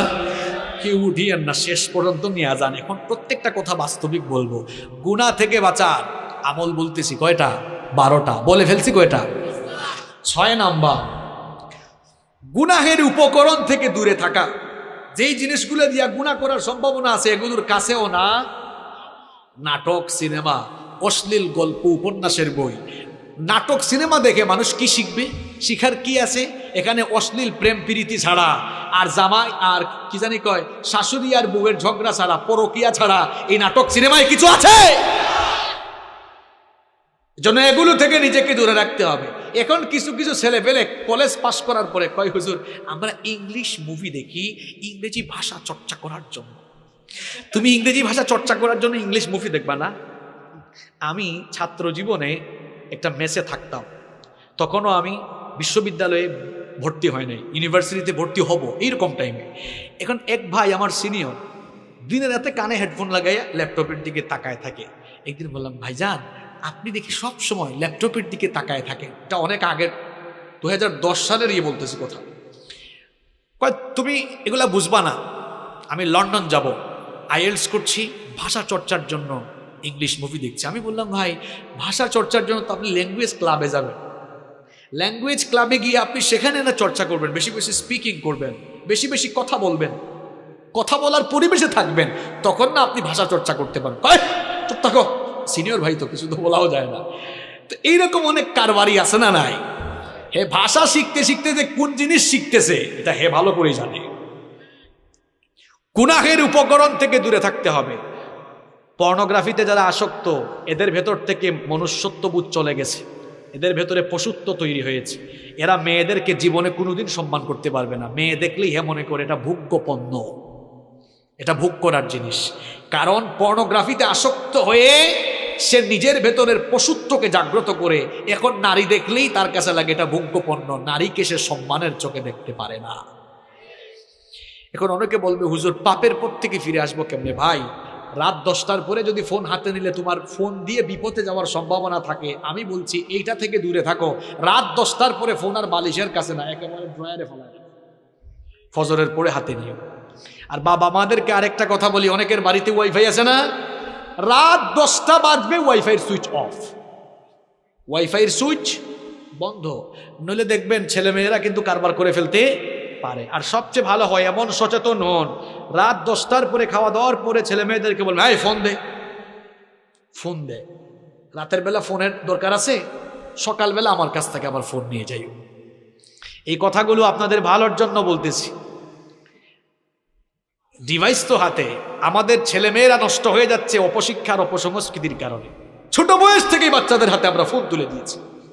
আরে ভাই আগে তো ছোট ছোট বাচ্চারা কান্না করলে মা বাবারা দৌড়ে এসে কুলে নিয়ে আয় আয় চাঁদ মামা গল্প শোনায়, কবিতা শোনায় ঘুম পাড়াইতো। এখন 2-3 বছরের বাচ্চা কান্না করলে মা বাবা এসে ইউটিউবে ঢুকে baby shirt dude dude dude do লাগায় দেয়। আর 2-3 বছরের বাচ্চারা ফোন হাতে নিয়ে ইউটিউবে ঢুকে একটার পর একটা চেঞ্জ করতেও জানে। ওই দিন দেখলাম 3 বছরের বাচ্চা মোবাইল স্ক্রলিং করছে এমন ভাবে, আমি হুজুর মানুষ, আমি নিজেই এরকম স্ক্রলিং জানি না। একজন আমারে কয় ওই দিন, হুজুর দোয়া করবেন। বললাম কি হয়েছে? কয় আমার মেয়ে জেএসসিতে A+ পেয়েছে, মানে ক্লাস 8 পাস করছে আর কি, A+ পেয়েছে। আমি বললাম মাশাআল্লাহ গুড। কই হুজুর জানেন খুশি হয়ে আমি আইফোন গিফট করে দিয়েছি। আমি বললাম ভালো করছেন, কিছুদিন পরে আপনারা জামাই গিফট করবে। এই ছোট্ট ছোট্ট ছেলে মেয়েদের হাতে ফোন তুলে দিয়েন না, নইলে কারবার ঘটাই ফেলবে। রাতের বেলা ফোন কেড়ে নেবেন, ইন্টারমিডিয়েট পাস করার আগ পর্যন্ত হাতে ফোন দিয়েন না। এগুলো পরামর্শ দিয়ে গেলাম, মানলে কল্যাণ হবে ইনশাআল্লাহ।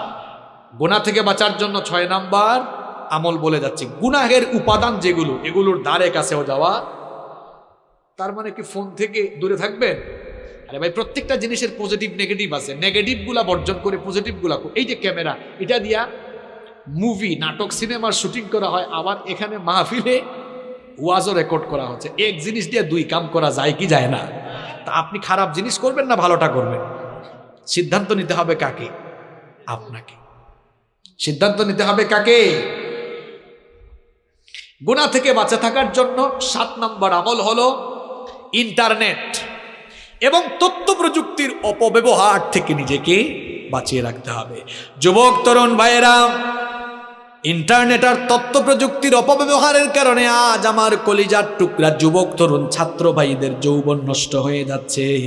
আমার কলিজার টুকরা ভাইয়েরা, দরদ মাখা ভাষায় বলে যাচ্ছি, মনে রেখো, রাতের বেলা হাতে ফোন আছে, ইন্টারনেট আর তথ্য প্রযুক্তির অপব্যবহার করে তুমি যদি খারাপ কিছু দেখতে চাও, হয়তো ভাবতেছো আমাকে তো আব্বু আম্মু দেখে না, ভাই বোন কেউ দেখে না, কিন্তু একজন তো সবই দেখেন, তিনি কি? আর যারা নামাজও পড়ে, দেখবেন অনেক মানুষ আছে নামাজ পড়ে রোজা রাখে, ভালো ভালো কাজ করে, আবার একা একা হয়ে গেলে গোপনে গোপনে হারাম কাজে লিপ্ত হয়, আছে না নাই? আল্লাহর নবীর একটা হাদিস আমার মনে পড়ে গেল। নবীজি বলছেন, তুমি তোমার পরিবারের লোকদের সামনে অন্যায় কাজ, পাপের কাজ করতে যেমন লজ্জা পাও, তুমি যদি তোমার পরিবারের কারো সামনে পাপ করতে লজ্জা পাও, তোমার আল্লাহর সামনে গুনাহ করতে তোমার কি কোনো লজ্জা লাগে না? কারণ আল্লাহ বান্দার সব কিছু দেখেন কিনা, জোরে বলেন দেখেন কিনা। খুব ভয়ঙ্কর একটা হাদিস আমার মনে পড়লো, শুনেন ভাইরা, কান লাগান। একদিন নবীজি সাহাবীদেরকে বললেন, আমার সাহাবীরা শোনো, আমার উম্মতের কিছু মানুষ কিয়ামতের দিন তিহামা নামক বিখ্যাত শুভ্র পর্বতমালার সমান আমল নিয়ে হাজির হবে। সহজ বাংলায় বলতেছি, বুঝেন। নবীজি বলতেছেন, কিয়ামতের দিন পাহাড়ের সমপরিমাণ আমল নিয়ে কিছু মানুষ হাজির হবে। হাজির হওয়ার পরেও পর্বতমালার সমপরিমাণ আমলকে আল্লাহ ধুলায় পরিণত করে উড়াইয়া দিবেন। কি সাংঘাতিক কথা, শুনতেছেন কথা? কিয়ামতের দিন কিছু লোক পাহাড়ের সমান বিশাল নেকির পাহাড় নিয়ে উঠার পরে তাদের নেক আমলগুলোকে আল্লাহ ধুলাবালুয় পরিণত করে দিবেন। সাওবান রাদিয়াল্লাহু আনহু নবীজিকে জিজ্ঞেস করলেন, ইয়া রাসূলুল্লাহ, পড়েন সাল্লাল্লাহু আলাইহি ওয়াসাল্লাম, নবী গো, তারা কারা? এদের ব্যাপারে আমাদেরকে বলেন, তাহলে আমরা সাবধান হয়ে যাব। নবীজি বললেন, সাওবান, এরা হচ্ছে তোমাদেরই ভাই, যারা তোমাদের সঙ্গে নামাজ পড়বে, তোমাদের সাথেই চলাফেরা করবে, কিন্তু যখন তারা নির্জনে একাকী হয়ে যাবে, তখন তারা গোপনে গোপনে হারাম কাজে লিপ্ত হয়ে যাবে। এজন্য যুবক ভাইরা, রাতের বেলা গোপনে গোপনে মেয়েদেরকে মেসেঞ্জারে নক দিও না। রাতের বেলা একা একা ইউটিউবে ঢুকে হারাম কিছু দেখিও না। এই যে হাদিসটা বললাম, 5 ওয়াক্ত নামাজও পড়বা, হারাম কাজও করবা, সমস্ত আমলগুলোকে ধুলাবালু করে উড়িয়ে দিবেন কে? আল্লাহ আমাদেরকে হেদায়েতের উপর অটল রাখো, গুনাহ থেকে বাঁচিয়ে রাখো, বলেন আমিন। তাহলে 7 নম্বর আমল কি বললাম? ইন্টারনেট তথ্য প্রযুক্তির অপব্যবহার থেকে নিজেকে মুক্ত রাখা। পারা যাবে তো ভাই ইনশাআল্লাহ? নাম্বার 8 নাম্বার গুনাহ থেকে বাঁচার জন্য 8 নাম্বার উপায় হলো, অসৎ ব্যক্তিদের সাথে, অসৎ বন্ধুদের সাথে মিশা যাবে না। কথায় আছে না, সৎসঙ্গে স্বর্গবাস, অসৎ সঙ্গে। এজন্য যুবক তরুণ ভাইয়েরা, সিগারেট খুর, ইয়াবাখুর, বাবাখুর, এদের সাথে মিশিও না। ভালো মানুষকে বন্ধু বানাও। বন্ধু বানাবেন কাকে? যার দুনিয়াদারি আপনার চেয়ে কম আর দিনদারি আপনার চেয়ে, আবারও বলছি, বন্ধু বানাবেন কাকে? যার দুনিয়াদারি আপনার চেয়ে কম আর দিনদারি আপনার চাইতে। আমি জানি মাহফিলে অনেক ভাইরা আসেন গুনাহ করতে করতে, এই গুনাহ নিয়েই আসেন। তারা হয়তো এখন আমার কথা রাগ করছে, হুজুর আমরা খারাপ কাজ করি বলে কেউ কি আমাদের বন্ধু হবে না? হবে। আপনাদের বন্ধু আমরা, আপনাদের বন্ধু এখানে যারা 5 ওয়াক্তের নামাজি ভালো ভালো ছেলে, এরা আপনাদের বন্ধু। আমরা আপনাদেরকে দাওয়াত দিয়ে দিয়ে, মাথায় হাত দিয়ে দিয়ে, বুকে টেনে টেনে নামাজি বানাবো ইনশাআল্লাহ। আমি বলতেছি ওই সকল ছেলেদেরকে যারা একটু মিশলেই খারাপ হয়ে যাওয়ার সম্ভাবনা আছে। আপনারাও দেখবেন ছেলে মেয়েরা কাদের সাথে মিশে, কারণ হে হয়তো ভালো আছে, কিন্তু খারাপ কারোর সাথে মিশলে থাকতে থাকতে সেও খারাপ হয়ে যেতে পারে। এই জন্য প্রিয় ভাইয়েরা, গুনাহ থেকে বাঁচার জন্য 8 নম্বর উপায় হলো, অসৎ ব্যক্তিদের সাথে মিশা যাবে না। কষ্ট হচ্ছে আপনাদের?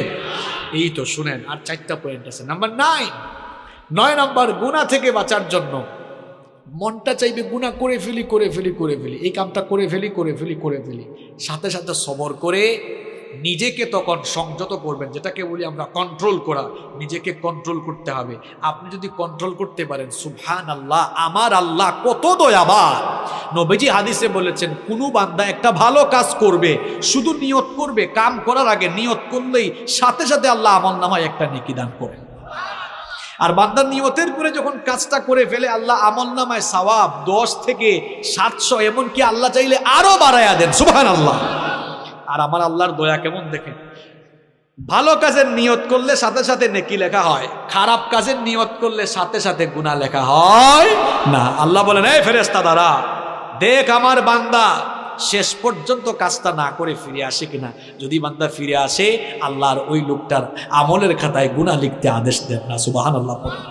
তাহলে পাপ থেকে বাঁচতে হলে গুনাহ করবেন করবেন, মাথায় চিন্তা আসবে, ঠিক সেই সময় নিজেকে কন্ট্রোল করে ফেলবেন। কার ভয়ে? নাম্বার 10, গুনাহ থেকে, পাপ থেকে বাঁচার 10 নম্বর আমল হলো নিজের ভেতরে লজ্জাশীলতা পয়দা করুন। গুনাহ করার পরে আমরা ভুল করতে পারি ভাই, ভুল করা দূষণীয় না। কারণ আমাদের বাবা পৃথিবীর প্রথম মানুষ যিনি, তিনিও ভুল করছেন। নাম কি? নাম কি? তিনি ভুল করার পরে ভুলের উপর থাকেন নাই, লজ্জা পেয়ে তওবা করে ফেলছেন। এই জন্য তার মর্যাদা বাড়িয়েছেন কে? এই শয়তান কি শয়তান ছিল? প্রথমে কি ছিল? আরে ভাই, হ্যাঁ, শুধু ফেরেশতা না, ফেরেশতাদের সর্দার। একটা ভুল করছে, ভুল করার পরে অহংকার করেছেন, লজ্জা পেয়ে মাফ চায় নাই। এই জন্য ফেরেশতার সর্দার থেকে শয়তানের সর্দার হয়ে গিয়েছে। কি বুঝলেন? তাহলে আপনি পাপ করছেন, ভুল করছেন, এটা দূষণীয় না। পাপ করা যতটা না দূষণীয়, পাপ করার পর পাপের উপরে থাকা এটা মারাত্মক দূষণীয়। নবীজি এই জন্য বলেছেন, মুসলিম শরীফের হাদিস, কুল্লু ইবনে আদম খাত্তাউন ওয়া খায়রুল খাত্তাইন আত-তাওয়াবুন। মানুষ মাত্রই গুনাহগার, মানুষ মাত্রই পাপী, তবে ওই পাপ করা, গুনাহ করে ফেলা মানুষদের মধ্যে আল্লাহর কাছে সবচাইতে প্রিয় হলো তারা গুনাহ করার পর আল্লাহর কাছে তাওবা করে যারা। সুবহানাল্লাহ। এই জন্য পাপ থেকে বাঁচতে হলে নিজের ভেতরের লজ্জা বাড়াতে হবে না কমাতে হবে। দেখেন কয়েকটা নমুনা বলি, লজ্জাশীলতা কেমনে বাড়াবেন। লজ্জাশীলতা এমন ভাবে বাড়াবেন, অনেকে তো আছে প্যান্ট আর লুঙ্গি টাকনুর নিচে পড়ে, এটা জায়েজ না, হারাম। সুতরাং আমরা কখনো টাকনুর নিচে লুঙ্গি বা প্যান্ট পরবো না। এই গুনাহটা করতে যেন লজ্জা লাগে, কারণ বান্দা মুমিন কখনো গুনাহের কাজ করতে পারে না। এমন কাজ যারা করেন, শুনেন, নবীজি বলেছেন কিয়ামতের দিন আল্লাহ তাআলা ওই লোকটার দিকে তাকাবেন না, তার সঙ্গে আল্লাহ কথা বলবেন না, তাকে আল্লাহ পবিত্র করবেন না, তাকে আল্লাহ জাহান্নাম থেকেও বাঁচাবেন না। 4টা কথা বলেছি, আবার শুনেন। নবীজি বলেছেন কিয়ামতের দিন আল্লাহ ওই ব্যক্তির দিকে তাকাবেন না, তার সঙ্গে আল্লাহ কথা বলবেন না। 3 নাম্বার, আল্লাহ তাকে পবিত্র করবেন না। 4 নাম্বার, আল্লাহ তাকে জাহান্নাম থেকেও মুক্তি দিবেন না। সাহাবীরা বললেন, নবী গো, কার কথা বলছেন? নবীজি তখন বললেন, যারা টাকনুর নিচে কাপড় ঝোলায়া হাঁটে। কই হুজুর, টাকনুর উপরে পড়তে কেমন জানি আনস্মার্ট আর খেত লাগে। আরে ভাই, টাকনুর উপরে তো আমরা জুব্বা পরি, পায়জামাও পরি, দেশে বিদেশে ঘুরি, আজ পর্যন্ত কেউ আমাদেরকে আনস্মার্টও বলে নাই, খ্যাতও বলে নাই। বরং নবীর সুন্নত মানে যারা, দুনিয়ায় সবচেয়ে স্মার্ট হলো তারা। এই জন্য যুবক ভাইরা, নবীর সুন্নত মানা যাবে তো? নবীর সুন্নত দাড়িটা রাখা যাবে না, একেবারে ফ্রেশ কাট এরকম থাকা যাবে না, দাড়ি রেখে ফেলতে হবে। দাড়ি রাখা সুন্নত। পৃথিবীর এমন কোন নবী নাই যে নবী দাড়ি রাখেন না। এমন কোন নবী আছে? সব নবীর দাড়ি ছিল। দাড়ি রাখবেন, চেহারার উজ্জ্বলতা বাড়ায় দিবেন কে? সবগুলো সুন্নত মানবেন, কোনো গুনাহ করা যাবে না। নিজেদের ঘরের মহিলাদেরকে পর্দায় রাখা লাগবে, কারণ পর্দার বিধানটা মোল্লার না, আল্লাহর। অনেক বোনেরা আছে, যেহেতু মা বোনরা আসছে, এদের ব্যাপারে তো কিছু বলা দরকার। এখন আবার অনেকে আছে বুরখা পরে, তারপরে চেহারা খুলে বের হয়, আছে না নাই? চেহারাটা হলো সৌন্দর্যের দেহের রাজধানী। চেহারার দিকে তাকালেই কে কেমন সেটা বোঝা যায়। এখন কিছু আধুনিক যুগের ফ্যাশনেবল নারী আছে, বুরখা পরে আবার লিপস্টিক দিয়া মেকআপ ছাড়া বের হয়ে, আসে না নাই? তো এরকম বের হইতে আপনারা কে বলছে? এরকম ফাইজলামি করতে কে বলছে? আবার অনেকে আছে বুরখা পরে খুব অ্যাট্রাকটিভ আর টাইট ফিট বুরখা, অবশ্য যশোরে নাই। বিভিন্ন কালারের ঝাঁকানাকা কালারের বুরখা পরে টাইট ফিট বুরখা পরে, এমন টাইট ফিট সব কিছু বোঝা যায়, এইরকম পরে আছে না নাই? আমার বোনদেরকে বলবো, খবরদার এমন বুরখা পরবেন না, ঢিলে ঢালা বুরখা, কালো রঙের বুরখা পরবেন। এমন বুরখা পরবেন যে বুরখাটা পরলে কিছুই দেখা যাবে না, কিছুই বোঝা যাবে না। আপনারাও নারীদেরকে কয়, ভাই ভাবিরে আপনি এমনে নিয়ে কেন বেরোইছেন, বুরখা পরাইলেন না কেন? কয়, দেখ তোর ভাবি এত সুন্দরী, এত রূপসী, এটা আমি না জানি, এলাকার মানুষ তো জানে না, এলাকার মানুষের একটা হক আছে না? নিজের বউকে বেপর্দা করে বের করে এলাকার মানুষের হক আদায় করে, এইরকম আল্লাহর কুতুব এই এলাকায় নাই। আবার অনেকে আছে নিজের বউয়ের ফটো ফেসবুকে আপলোড মারে, এইরকম কুতুব তো এই এলাকায় নাই। হ্যাঁ ভাই লেভেল না, শোনেন, কুরআন হাদিস দিয়ে বহুত ওয়াজ করছি, আপনি সোজা হন নাই। আজ এমন কাঁচা কথা বলবো, আপনি তারের মতো সোজা হবে। কুরআন হাদিস দিয়ে বহুত ওয়াজ করছি, আপনি এখনো ঠিক হইলেন না। এবার বলেন আপনি আমার, ফেসবুক এটা পার্সোনাল সাইট না পাবলিক সাইট? হ্যাঁ জোরে বলেন, বউ কি পার্সোনাল না পাবলিক? আশ্চর্য কথা, বউ পার্সোনাল, ফেসবুক পাবলিক সাইট। এখন পার্সোনাল জিনিসকে তো পাবলিক সাইটে আপলোডায় তারা, নিজের বউকে জনগণের মানুষের সম্পদ বানিয়েছে যারা। বেহায়া, বেশরম, নির্লজ্জ কোথাকার, আপনার মধ্যে আত্মসম্মান বোধ বলতে কিছুই নাই। আবার বউর ফটো ফেসবুকে দেওয়ার পরে ছোট ছোট ভাইরা এলাকার আছে না, ফেসবুকে অ্যাড কমেন্ট করেছে। একজন বলছে, ওয়াও ভাবিকে হ্যাপি লাগতেছে। আরেকজন কয়, ভাই ভাবিকে জোস লাগতেছে। এ বেকুব, কার জোস কে খায় রে? একটু লজ্জা, আমি হাসির কথা বলেছি, তো লজ্জা শরম নাই আপনার? আল হায়াউ শু'বাতুম মিনাল ঈমান, নবীজি বলেছেন লজ্জাশীলতা ঈমানের অংশ। নিজের ভেতরে লজ্জা বাড়ান, আল্লাহ আমাদের সবাইকে লজ্জাশীল বানান। গুনাহ থেকে বাঁচার 10 নাম্বার উপায় বলছি, নিজেকে লজ্জাশীল বানাতে হবে। এমন লজ্জা যে আমার আল্লাহ গুনাহ করতে নিষেধ করছেন, আমি তো গুনাহ করতেই লজ্জা পাবো, গুনাহ আমি করবো না। পারা যাবে তো ইনশাআল্লাহ? খারাপ লাগতেছে আপনাদের? সারা জীবন তো বহুত ওয়াজ শুনছেন, বাট জীবন পরিবর্তনের কিছু ওয়াজ শুনে যান, এই 12টা আমল শিখে যান। একটু পরে কিন্তু আমি পড়া আদায় করব, যারা পারবেন না খবর আছে। পারা যাবে তো ইনশাল্লাহ? তবে ভয় নাই, আমি আবার আপনাদেরকে অপশন দিয়ে সহজ করে দিব। পারবেন না ইনশাল্লাহ? আচ্ছা, পরীক্ষা সহজ হবে, কঠিন না। নাম্বার 11, পাপ থেকে, গুনাহ থেকে বাঁচার 11 নাম্বার উপায় হলো খারাপ চিন্তা বাদ দিয়ে বেশি বেশি ভালো চিন্তা করবেন। কারে মারবেন? খালি এরে মারবেন, তারে মারবেন, এদিকে টাকা মারবেন, ওইদিকে সম্পদ মারবেন, এইসব চিন্তা বাদ দেন। চিন্তা, ভালো চিন্তা বাড়ান, যে আমি আজ ফজরের নামাজ জামাতে আদায় করব। ভালো চিন্তা না খারাপ চিন্তা? আমি আজান হয়ে গেলে এই 5 ওয়াক্তের নামাজগুলো টাইম দিয়ে আদায় করব। আমি রেগুলার কোরআন পড়বো, হাদিস পড়বো, ইসলামী বই পড়বো, আমি মানুষদেরকে যথাসাধ্য সহযোগিতা করব, সামাজিক কাজ করব, দান করব, সদকা করব, আমার যে সকল ভাইয়েরা অভাবী আছে তাদের পাশে দাঁড়াবো।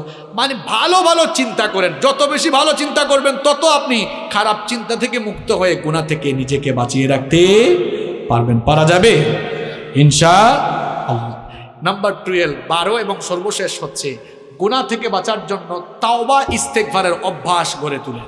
বেশি বেশি তওবা ইস্তেগফার করেন। দেখি সবাই আন্তরিকতা দিয়ে একেবারে দিল থেকে বলবেন, আমাদের কলিজার টুকরা নবী, যিনি নাম হচ্ছে মুহাম্মাদুর রাসূলুল্লাহ সাল্লাল্লাহু আলাইহি ওয়াসাল্লাম, আমার আপনার কলিজার টুকরা নবী, উনার জীবনে গুনাহের কোনো দাগ, কোনো ছিটাফুটা আছে? জন্ম থেকে নিয়ে ওফাত পর্যন্ত, নবুয়তের আগেও মাসুম, পরেও। ওই নবীর আমল শুনেন, বুখারী শরীফের হাদিস, নবীজি বলছেন, ওয়াল্লাহি, আল্লাহর কসম, ইন্নী লা আস্তাগফিরুল্লাহ ওয়া আতুবু ইলাইহি ফিল ইয়াউমি আকথারা মিন 70 মাররা। নবীজি বলছেন, আল্লাহর কসম, আমি পয়গাম্বর, আমি নবী হওয়ার পরেও রেগুলার 70 বারের বেশি আল্লাহর কাছে তওবা করি। এটা বুখারী শরীফের হাদিস। আর মুসলিম শরীফের হাদিসে নবীজি আরেকটু বাড়িয়ে বললেন, শোনো, ফা ইন্নী আতুবু ইলাইহি ফিল ইয়াউমি 100 মাররা, আমি তো নবী হয়েও ডেইলি 100 বার আল্লাহর কাছে তওবা করি। আমার আপনার নবীর জীবনে গুনাহের কোনো দাগ নাই, ছিটাফুটা নাই, তিনি মাসুম। তিনি যদি ডেইলি 100 বার তওবা করেন আল্লাহর কাছে, আমরা উনার পাপী উম্মত সেকেন্ডে সেকেন্ডে গুনাহ করে ফেলি। নবী যদি করেন 100 বার, পাপী উম্মতের করা দরকার 100 বার না 1000 বার। এবার আর উত্তর দেওয়া লাগবে না, চুপচাপ থেকে নিজের বিবেককে নিজে জিজ্ঞেস করেন, আপনি করেন কয়বার? আপনি করেন কয়বার?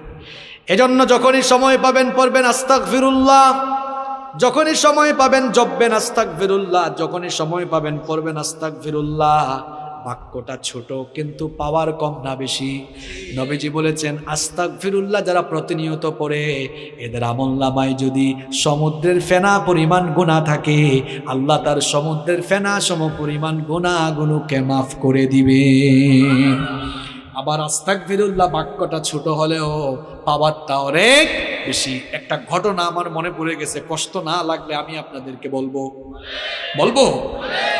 ইমাম আহমদ বিন হাম্বল রাহিমাহুল্লাহ, মুসনাদে আহমদ যেখানে 40,000 হাদিস সংকলন করা হয়েছে, এত বড় মাপের ইমাম আহমদ বিন হাম্বল রাহিমাহুল্লাহ, খুব মন দিয়া ঘটনা শুনেন। বুড়া বয়সে তিনি এক সফরে বের হলেন, নতুন এক এলাকায় গেলেন। ওই এলাকায় গিয়ে একটা মসজিদে তিনি মাগরিবের নামাজ, এশার নামাজ আদায় করলেন। মনে মনে ভাবলেন নতুন এক এলাকায় এসেছি, কার বাড়িতে গিয়ে উঠবো, কাউকে তো আমি চিনি না। সিদ্ধান্ত নিলেন এই মসজিদেই তিনি আজকের রাত কাটাবেন। ফজরের নামাজ পড়ে তিনি আবার পথ চলা শুরু করবেন। যখন তিনি মসজিদে অবস্থান করেছেন, কিছুক্ষণ পরে মসজিদ কমিটির কেউ এসে বলল, ও মিয়া, নামাজ পড়ে সব চলে গেছে, তুমি আসো কেন? তিনি বললেন, ভাই দেখো আমি মুসাফির মানুষ, কাউরে চিনি না, পরিচিত কোনো মানুষ নাই। এই মসজিদে আমি মাগরিব এবং এশার নামাজের মুসল্লি ছিলাম, ইনশাআল্লাহ ফজরের নামাজেরও মুসল্লি হব, আজকের রাতটা মসজিদে কাটাবো। ওই লোকটা বলল, না, মসজিদে থাকা যাবে না, বের হয়ে যান। বুড়ো মানুষ, শীতের কোন করে ঠান্ডা রাত বের করে দিও। কিছু দূর হাঁটতে না হাঁটতেই তিনি সামনে একটি বাজারে গিয়ে দেখলেন এক রুটির দোকানদার, রুটি বিক্রেতা যুবক, তার দোকানের মধ্যে সে রুটি গরম করতেছে। আহমদ বিন হাম্বল রাহিমাহুল্লাহ গিয়ে বললেন, ও যুবক, আমি বুড়ো মানুষ, এই এলাকায় পরিচিত কেউ নাই, তোমার দোকানের চুলার পাশে আমি বসি, তোমার কোনো আপত্তি আছে নাকি? যুবক বলল, না না, কোনো আপত্তি নেই, আসেন বসেন। এবার তিনি চুলার পাশে বসে আছেন। লক্ষ্য করে দেখলেন এই যুবক রুটির খামির বানায়, পরে আস্তাগফিরুল্লাহ। চুলায় যখন রুটি গরম করতে দেয় পরে আস্তাগফিরুল্লাহ, রুটি যখন নামায় তখনও আস্তাগফিরুল্লাহ, রুটি বিক্রি করে হাতে টাকা নিয়ে বলে আস্তাগফিরুল্লাহ, কেশে রাখে তখনও বলে আস্তাগফিরুল্লাহ, অর্থাৎ শুধু পরে আস্তাগফিরুল্লাহ। আহমদ বিন হাম্বল রাহিমাহুল্লাহ এই চিত্র দেখে বললেন, ও যুবক, তোমার দোকানে আসার পর থেকে দেখতেছি তুমি শুধু আস্তাগফিরুল্লাহ পড়ো, এই আস্তাগফিরুল্লাহ তুমি কেন পড়ো? যুবক তখন বলল, ও মুসাফির শোনো, আমি তো ইবাদতের খুব একটা টাইম পাই না, চিন্তা করি যতক্ষণ ব্যবসা করি সময় কেন নষ্ট করব, আস্তাগফিরুল্লাহ আস্তাগফিরুল্লাহ জপে জপে আমার টাইমগুলারে কাজে লাগাই। তখন আহমদ বিন হাম্বল রাহিমাহুল্লাহ বললেন, এই আমল যে করতেছো কোনো লাভ হইছে কিনা? কয়, অবশ্যই লাভ হইছে, লাভ না হইলে কি আমল করতাম নাকি? আহমদ বিন হাম্বল রাহিমাহুল্লাহ বললেন, এই আমলের কারণে তোমার এমন কি হয়েছে? যুবক তখন বলল, এই আস্তাগফিরুল্লাহ প্রতিনিয়ত জপার কারণে আমি মুস্তাজাবুদ দাওয়া হয়ে গিয়েছি। আমার বাবারা, আমার ভাইয়েরা, মুস্তাজাবুদ দাওয়া মানে হলো ওই লোক যেই লোক আল্লাহর কাছে হাত তুললে আল্লাহ কখনো তারে খালি হাতে ফিরাইয়া দেন না। ইমাম আহমদ বিন হাম্বল রাহিমাহুল্লাহ অবাক, আমি এত বড় হাদিসের ইমাম, এত বড় ফকিহ, এত বড় মুজতাহিদ, এত বড় আলেম, আমি নিজেই এখনো মুস্তাজাবুদ দাওয়া না, আর হের মতো রুটি দোকানদার হে নাকি মুস্তাজাবুদ দাওয়া। মনে মনে ভাবতেছেন এটা কিভাবে সম্ভব। তাকে এবার জিজ্ঞেস করলেন, যুবক, আমার সাথে মিথ্যা বলো না, সত্যি করে বলো, আজ পর্যন্ত তুমি আল্লাহর কাছে যা চেয়েছো সব তুমি পেয়েছো কিনা? যুবক বলল, আল্লাহর কসম, আজ পর্যন্ত যতগুলো দোয়া করেছি সব দোয়া আমার আল্লাহ কবুল করেছেন, কিন্তু একটা দোয়া আমার এখনো কবুল হয় নাই। ইমাম আহমদ বিন হাম্বল রাহিমাহুল্লাহ বললেন, কোন সেই দোয়া যা এখনো কবুল হলো না? সে তখন বলল, আমি শুনেছি এই জামানার সবচেয়ে বড় ইমাম, সবচেয়ে বড় আলেমের নাম আহমদ বিন হাম্বল, লোকটারে জীবনে কোনোদিন দেখি নাই, মনে আমার খুব শখ লোকটারে সামনাসামনি একদিন দেখব, কাছ থেকে দেখব। আল্লাহর কাছে বারবার দোয়া করি, আল্লাহ তার সাথে সাক্ষাৎ ঘটায় দাও। দোয়া করতে আছি এখনো কবুল হয় না।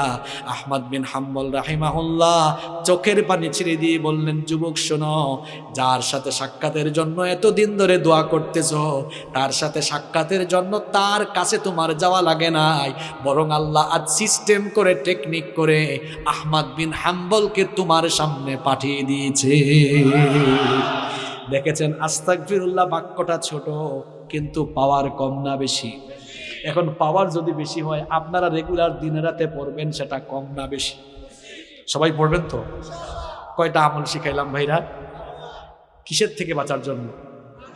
গুনাহ থেকে, পাপ থেকে। আপনারা বলেন তো, যে 12টা আমল বললাম, এই 12টা কাজ যদি করা যায়, গুনাহ থেকে নিজেদেরকে বাঁচিয়ে রাখা যাবে না ইনশাআল্লাহ? আসেন দেখি আপনারা কি কাজ করছেন এতক্ষণ। গুনাহ থেকে বাঁচার জন্য 1 নাম্বার, কার কাছে পানা চাইতে হবে? মাশাআল্লাহ, দেখছেন কামারুজ্জামান ভাই, আপনার এলাকার জনগণ কেমন, একদম মনোযোগী। তাহলে 1 নাম্বার আমল সবার মনে আছে, আলহামদুলিল্লাহ পড়ুন। 2 নাম্বার বলেছিলাম আমি, গুনাহ থেকে বাঁচার জন্য একজনের কথা স্মরণ করে ওনাকে ভয় করা, মাশাআল্লাহ। 3 নাম্বার, গুনার চিন্তা, পাপের চিন্তা মাথায় আসলেই একটা জিনিসের কথা স্মরণ করা, মাশাআল্লাহ। গুনাহ থেকে বাঁচার জন্য 4 নাম্বার আমল শিখিয়েছিলাম, নিজেকে কিসের গোলাম বানানো যাবে না,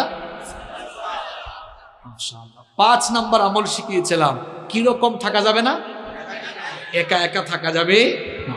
5 নাম্বার, এরপরে আপনার 6 নাম্বার আমল শিখিয়েছিলাম, হ্যাঁ, পাপের উপকরণ যেগুলো দিয়ে পাপ হইতে পারে, এগুলো ধারে কাছেও যাওয়া যাবে। 7 নাম্বার আমল শিখিয়েছিলাম, মাশাআল্লাহ, ইন্টারনেট ও তথ্য প্রযুক্তির অপব্যবহার করা যাবে না। 8 নাম্বার আমল শিখিয়েছিলাম, হ্যাঁ, অসৎ ব্যক্তিদের সাথে মিশা যাবে না, সৎ মানুষদের সাথে মিশতে হবে। এরপরে 9 নাম্বার আমল শিখিয়েছিলাম, নিজেকে গুনাহ থেকে, অন্যায় থেকে, পাপ থেকে কি রাখতে হবে, কন্ট্রোল। 10 নাম্বার বলেছি, নিজের ভেতরে লজ্জাশীলতাকে, মাশাআল্লাহ। 11 নাম্বার বলেছি, খারাপ চিন্তার বিপরীতে ভালো ভালো চিন্তা করতে হবে। 12 নাম্বার বলেছি, কিসের অভ্যাস করে তুলতে হবে। এইটা হয়েছে খাঁটি ওয়াজ। যে ওয়াজে 1.5-2 ঘন্টা আলোচনার পরে শ্রোতারা ওয়াজের সামারি বলতে পারে, এটাই হচ্ছে খাঁটি ওয়াজ। আর যে ওয়াজের পরে হুজুর জানে না কোন বিষয়, শ্রোতা জানে না কি ওয়াজ হয়েছে, এটা কোনো ওয়াজের জাত না। অন্তত 12টা আমল তো আমরা শিখতে পেরেছি। শিখার ভেতরে থাকবো না, এগুলো আমরা আমল করব। আমল করবেন তো প্রিয় ভাইয়েরা? আল্লাহ তাআলা সবাইকে, সব ভাইকে আমল করার তৌফিক দান করুন। এই 12টা আমল করব, গুনাহ থেকে বাঁচবো। গুনাহ থেকে বাঁচতে পারলে জান্নাত দিবেন কি আল্লাহ? আমাদের সবাইকে আমল করার তৌফিক দাও।